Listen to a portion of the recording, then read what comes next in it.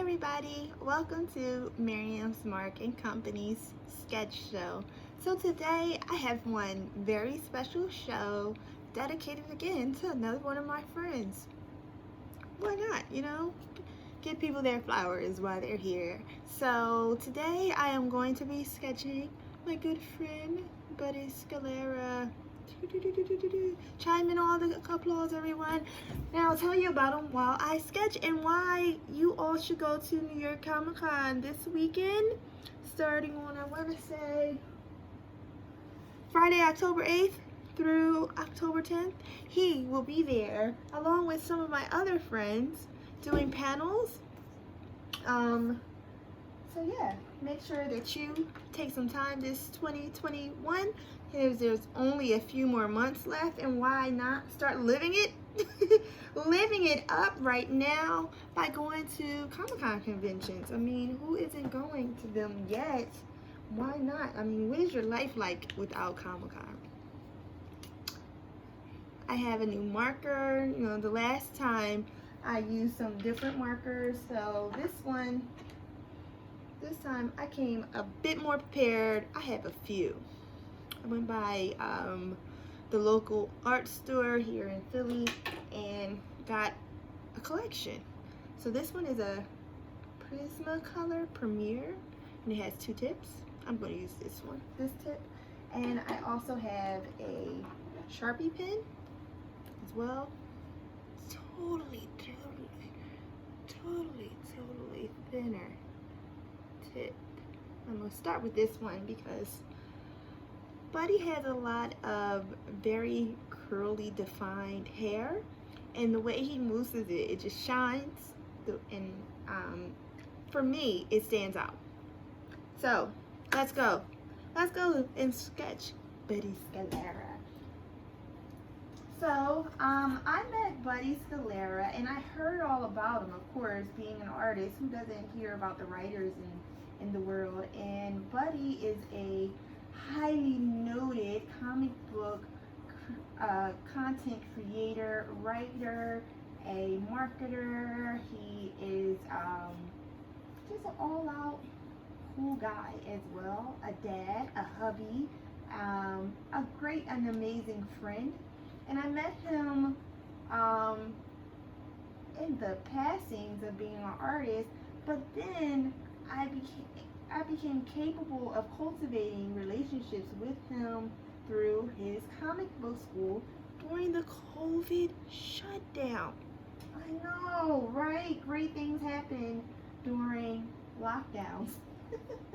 Anyway, on Twitter, he posted out maybe, I think it was like October 2020, to join his comic book school, and asked if any of us would like to come on to like a Google meet to talk and just be with other content creators who are artists or writers, and just kind of see how things go and blossom. So when I saw the tweet, I inboxed him through Comic Book School on Twitter. So twitter.com/Comic Book School. So I inboxed him and I said, yeah, I would like to be a part of this, Buddy. I would like to join. And he sent me the information that I needed, asked me like for my email or something probably, and sent me an invite. And since then, I've made an amazing amount of friends who are also writers and artists. Duh. And I think I'm having a really great and phenomenal time meeting with the comic book school friends. And I will honestly say it's helped us, well, I can speak for myself, it's helped me a lot get through the pandemic, stay creative, stay motivated, as well as, just kind of having people to communicate with on some positive things. And even if you have like some moments that aren't that exciting, you can share them with your friends. I enjoy that Buddy checks on us He's actually created some really outstanding friendships, as well as some business opportunities for some of us, you know. And it's like all from the sake of his heart. He's not doing this for, you know, the fame or the cash or anything. He's just like a genuine nice dude trying to keep the arts alive and keep the comic books coming, you know. It's nothing more to it than that. And I think that's phenomenal. I know Buddy has a birthday this October too. He'll probably be like 25, 26 years old, so make sure you shout him out. When you go to when you go to Comic-Con on October 8th, 9th, and 10th in New York, the Big Apple, and let's, you know, go by the panels to follow them. Anyway, back to this, how friendship and how it blossomed so well. So, you know, from there, you know, the meetings, we were invited to come to like a forum area within the comic book school website, and we were able to have better conversations, talking more through text, or, you know, leaving messages on a board more so, asking questions, giving each other insight, and even giving input on comic book school, what we would like to see, what we would like to do. And he is so welcoming to our ideas, and we'll put them into play. I like that.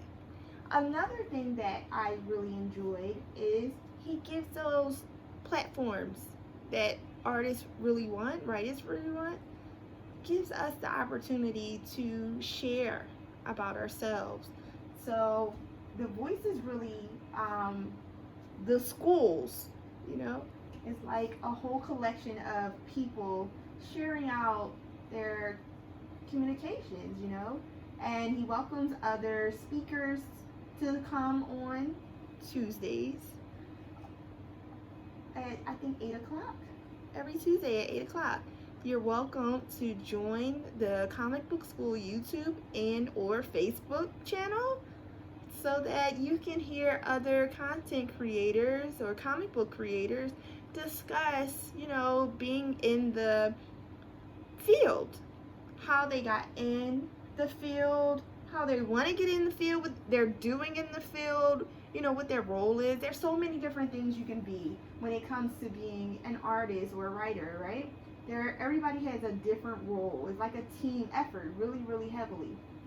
And you know, some people are just anchors, whereas another person might be the illustrator who sketches the person, and someone else might be the illustrator that sketches the scenery, you know, the trees or the buildings. The architecture sketch artist, it may not be the same sketch artist as drawing the actual character, which is important to know. And the writer may not just be one single writer. Did I tell you that Buddy is the writer of Deadpool too? Dope, right?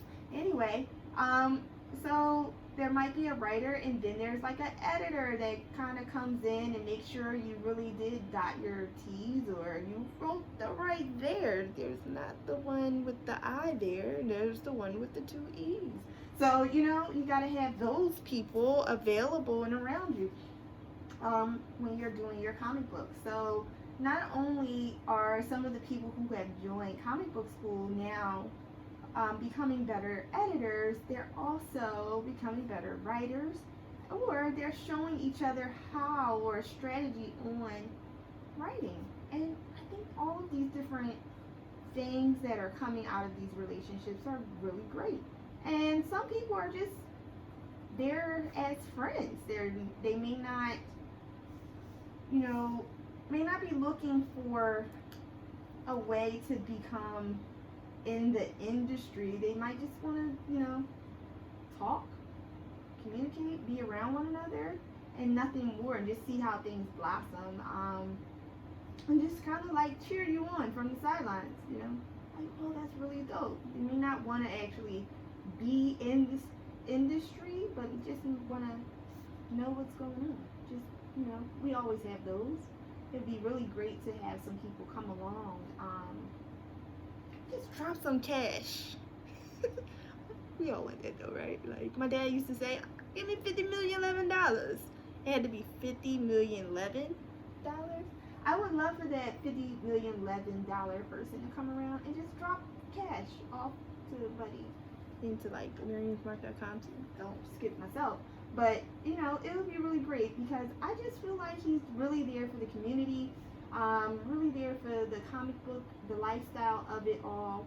And I enjoy that. You know, there's not like a giant pressure on top of you or anything. And he's really honest about, you know, what the industry can be like, what deadlines are really for, and, you know, being realistic that deadlines do exist, because a lot of times people don't realize, you know, calendars and the importance that come along with them, and why, you know, this sketch needs to be done by 10 o'clock on a, you know, Monday evening, because, you know, I might have someone else who comes in and does the next part. So if I'm not done on time, oh no, then that might delay when this actually hits the YouTube channel, you know. And it's the same way in the real world. When it comes to comic book, something might not get to the printer in time, and that just might throw off a lot of delays when it comes to distribution. So if, you know, the team is strong enough and everybody stays on time, we can really get and manifest a whole bunch. But, you know, life does happen. Hell, coronavirus happened and nobody saw that one coming.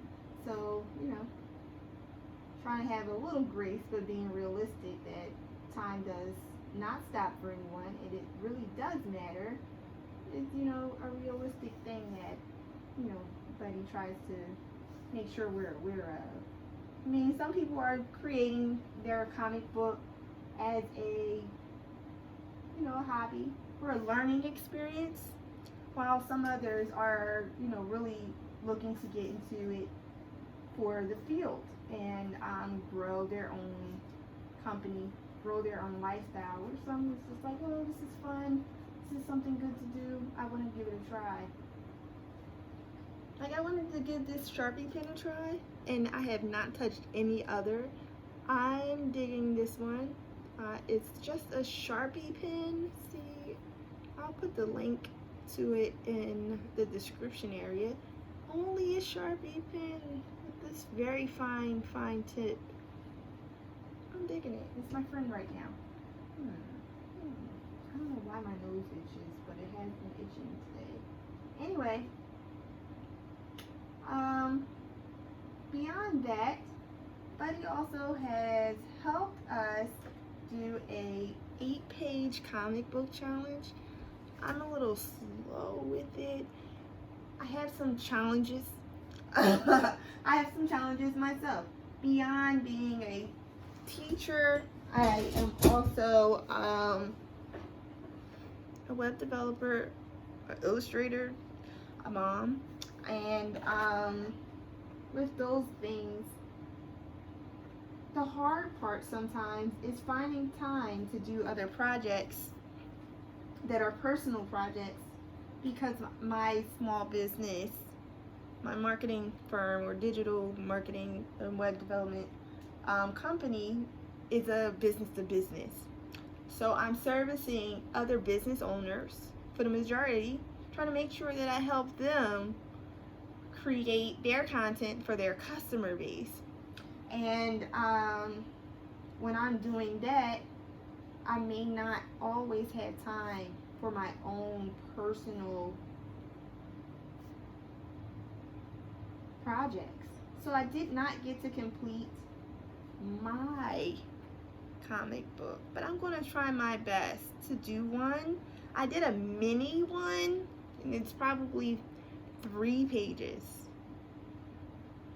I only need 5 more. So I'm going to try to get that done for my art show. And if I can get it done for my art show, then I might be a little ahead for the next challenge, but I don't think that's what I'll do. I might not use the same one for my next challenge, but I will definitely finish the one that I started, because I made a mini one that's only one story, but this one is supposed to be a three story line based off of what my company offers more so it'll align with what I'm doing there. Nevertheless, I do believe that this comic book challenge, this 8-page comic book challenge, is a really great concept, and I think it's really helpful. It has like a calendar on when everything is due, when the artwork is due, when your writing is due, so that the other people who are a part and helping out can also work through this, and they can help with illustrating. If you need another artist to help you, they can help with getting it edited, and you know, the whole collection can be laid out. I believe that the comic book will be on display. The challenge will be on display during Comic-Con this weekend, and I'm hopeful that you'll all be able to see it. Give a couple bucks, maybe buy it if it's on sale. Give a couple bucks if it's not on sale. Yeah, either way, give a couple bucks and go from there. I'm gonna switch pins down because the other one for the shirt can be a little better for me, and it'll go glide a little better.